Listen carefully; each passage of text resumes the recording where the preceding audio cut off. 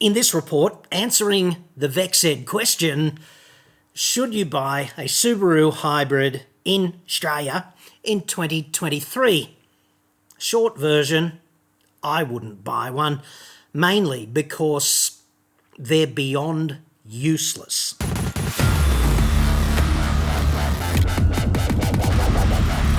I'm John Cadogan from AutoExpert.com.au and I get new cars cheap. Australia only. Website. Card.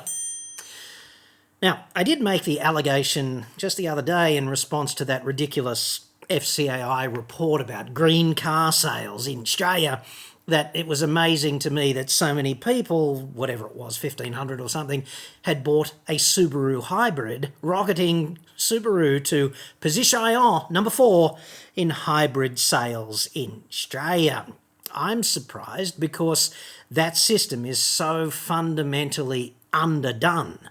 It's virtually an intelligence test as to who should buy it, and if you buy one, dude, you fail. Anyway, I got asked quite a few questions about that. We're going to address them next. This report is sponsored by NordVPN. Now, I'm not a hardcore IT guy, but I've heard enough, especially recently, about data breaches, scams and hacks to know that being online can be inherently risky and costly. You don't have to be tech savvy to use NordVPN. It's a simple one-stop cybersecurity solution. One click and you are protected from hackers, malware and pop-ups across as many as 6 devices. NordVPN is the world's fastest VPN. I don't even notice it running in the background, frankly, and it only costs about as much as a cup of coffee to keep your data, your identity, and your devices secure every month. NordVPN can also save you money because you can assign your virtual location to another country where, for example, flights and accommodation might be cheaper than they are back at home. The same goes for streaming services, and you can access live sporting events and other content that may not be available where you actually live. It's a pretty small price to pay for cybersecurity, not to mention the potential savings also on the table. Go to nordvpn.com/AEJC to get a huge discount off your plan plus 4 months free. Totally risk-free with Nord's 30-day money-back guarantee. That's nordvpn.com/AEJC. Link in the description. And thanks to Nord for sponsoring this episode. I can give you 6 rock-solid reasons why Subaru's hybrid system is a joke. But before I do, I want to just lift up the skirt and we'll have a little bit of a look at the issue of bias. Because I'm a very biased reviewer, and a lot of people who are new to this sort of issue of bias in reviews and bias in the media and things of that nature would view that as a bad thing.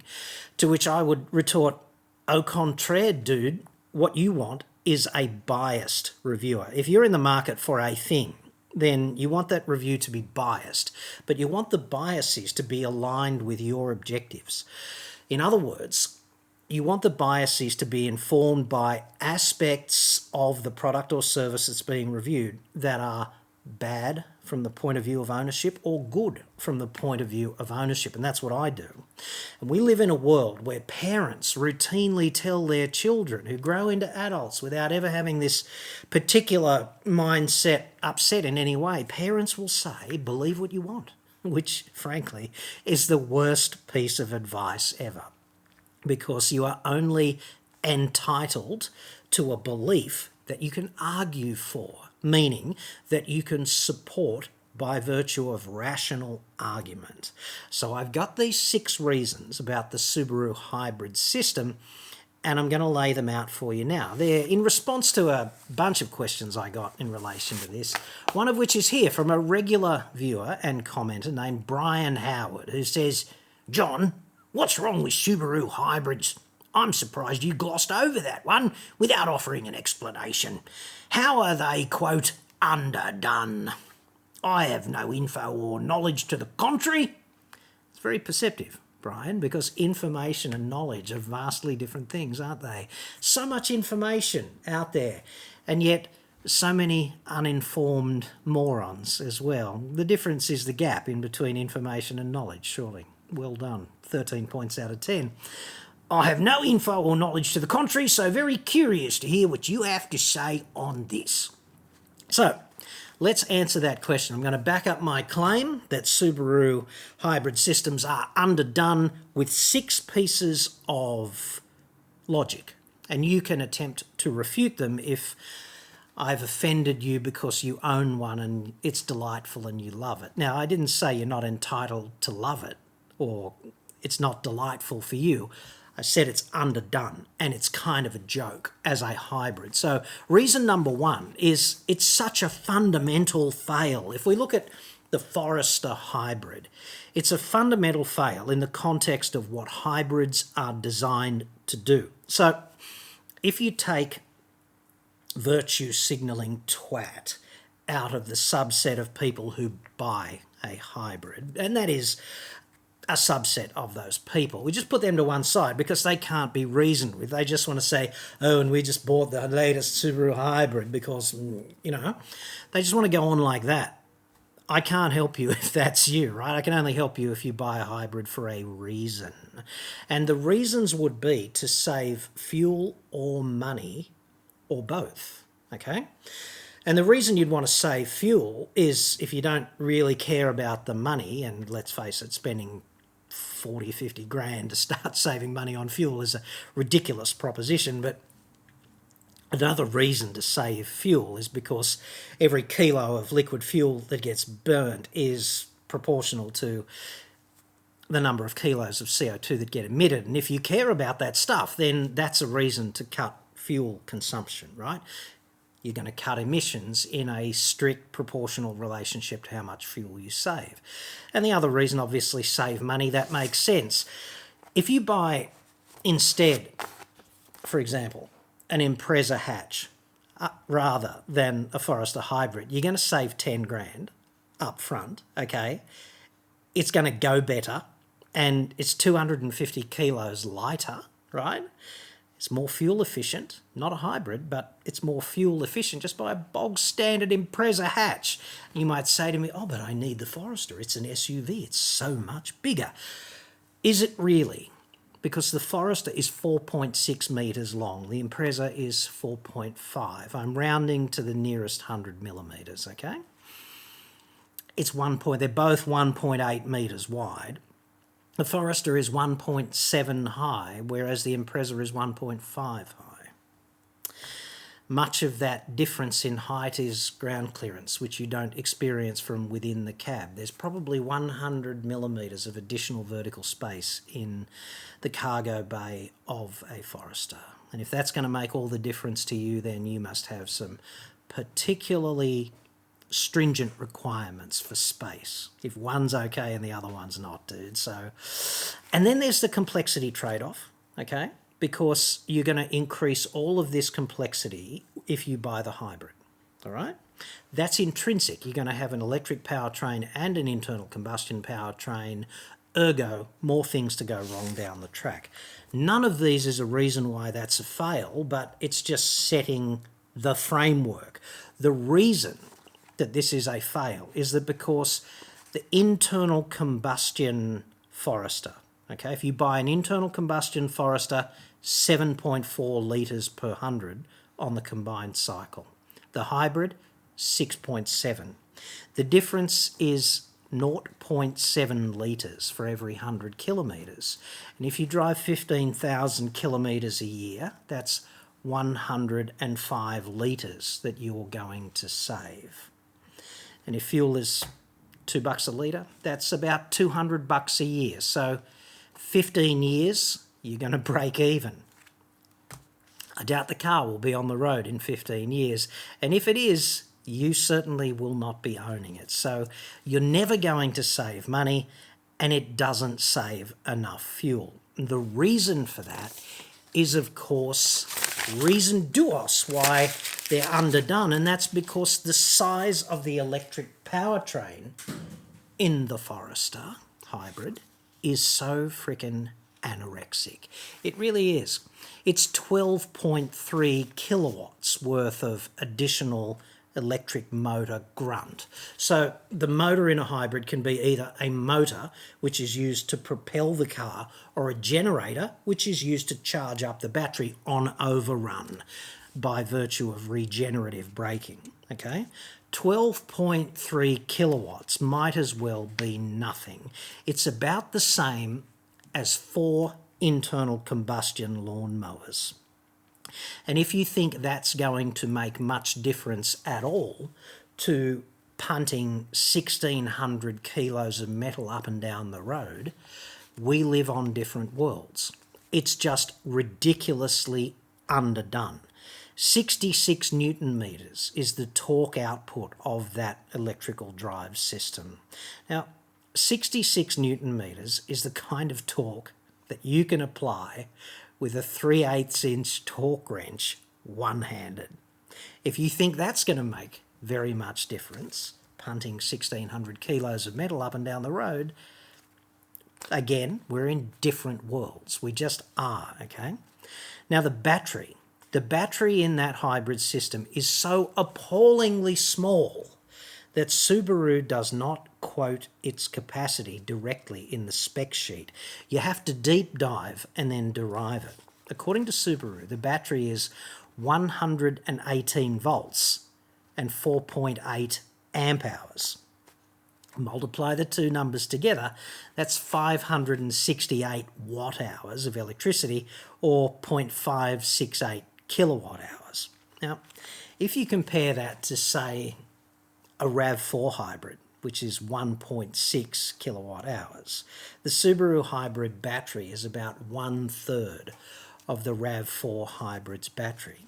It's ridiculously small, like a 5 amp hour 18 volt cordless battery drill is about 90 watt hours. Okay, so it's about 6 of those.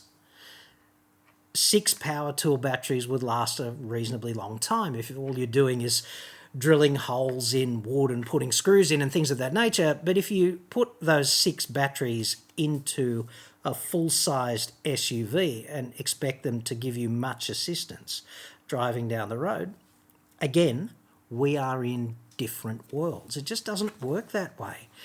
Now, the battery has to produce 12.3 kilowatts to power the electric motor to its full capacity, and yet the battery is only about 0.6 of a kilowatt hour. So to do that, it's being discharged extremely rapidly.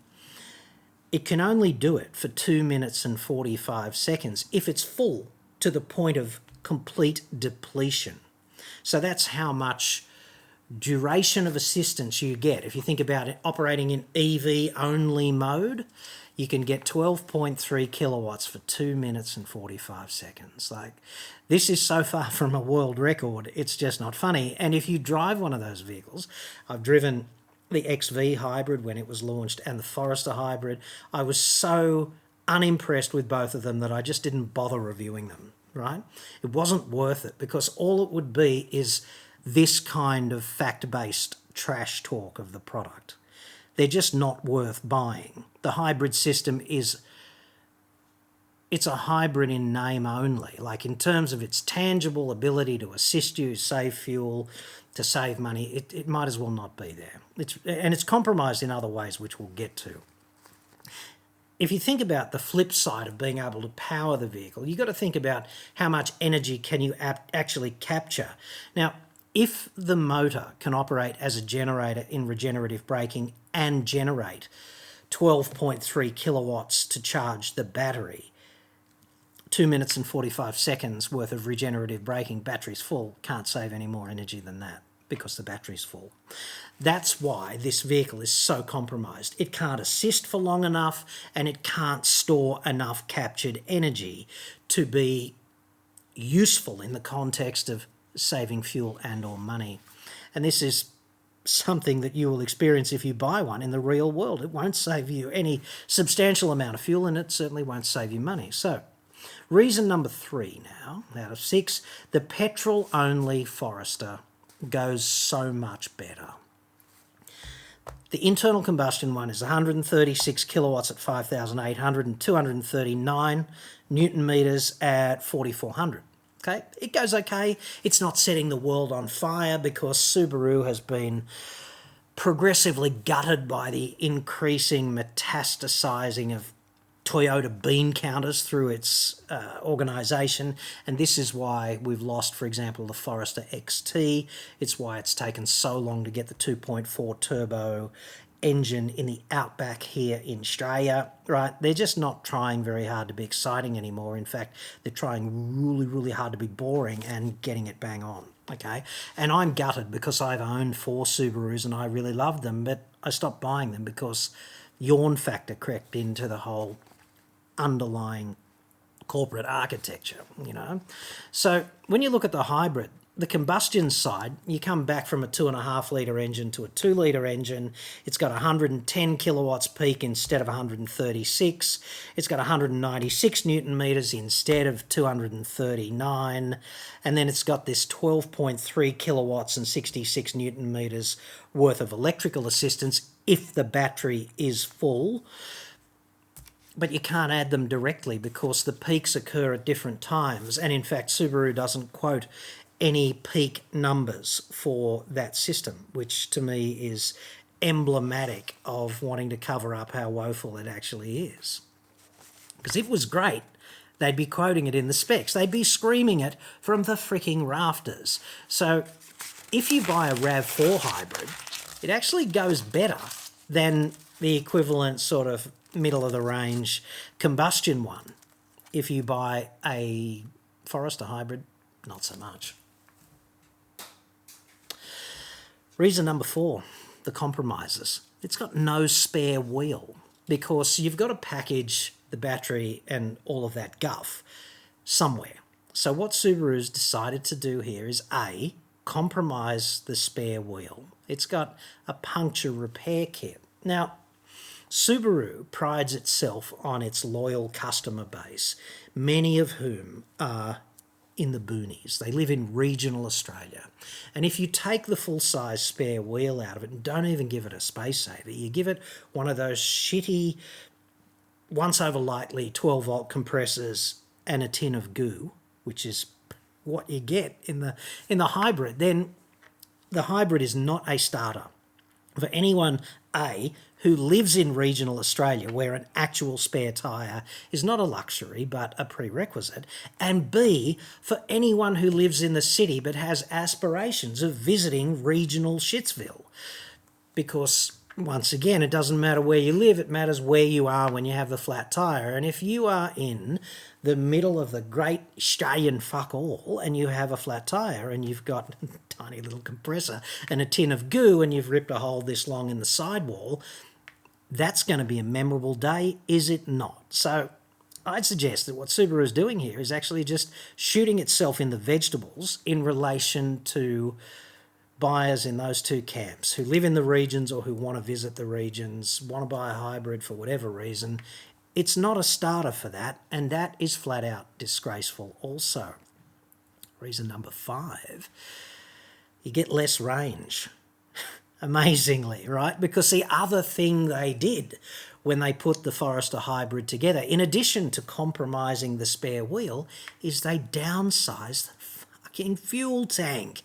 That is disgraceful. So the combustion Forester, the 2.5 litre one, it's got a 63 litre fuel tank, and at 7.4 litres per 100 on the combined cycle test, that derives a range of 851 kilometres. The hybrid Forester comes back from 63 litres of tank to 48 litres, and it consumes petrol, according to the combined cycle at 6.7. Calculate the range, it's 716. So combustion-only Forester with the big fuel tank and the big engine and better performance, that'll go 851 k's on a tank, 716 for the hybrid, which is like,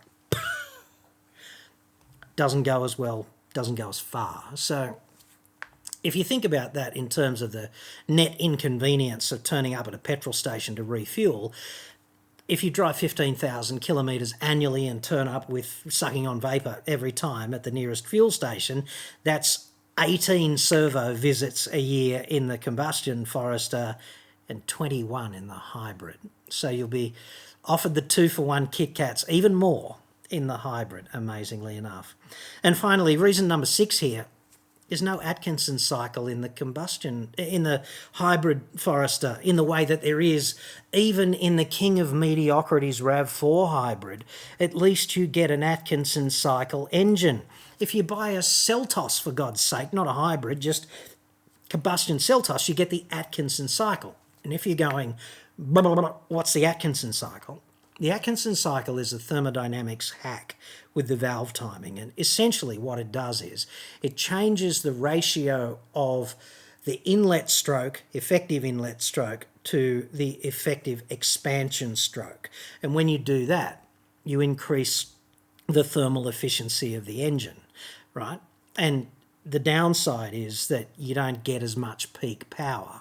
Okay, so if you tune the engine for peak efficiency, one of the things you might want to incorporate in R&D is the Atkinson cycle, because it's easy to do, whereas they haven't with the Forester hybrid, which to me is just ridiculously underdone. Like, if the King of Mediocrity can put it in a RAV4 hybrid, which is a vehicle that is so fundamentally flawed, it's got a nickel metal hydride battery. We've got lithium ion now. They're lighter and just more energy dense. So, you know, if they can do it, the King of Mediocrity can do it with a RAV4, but Subaru can't do that with the engine in their hybrid. I just think that's ridiculous.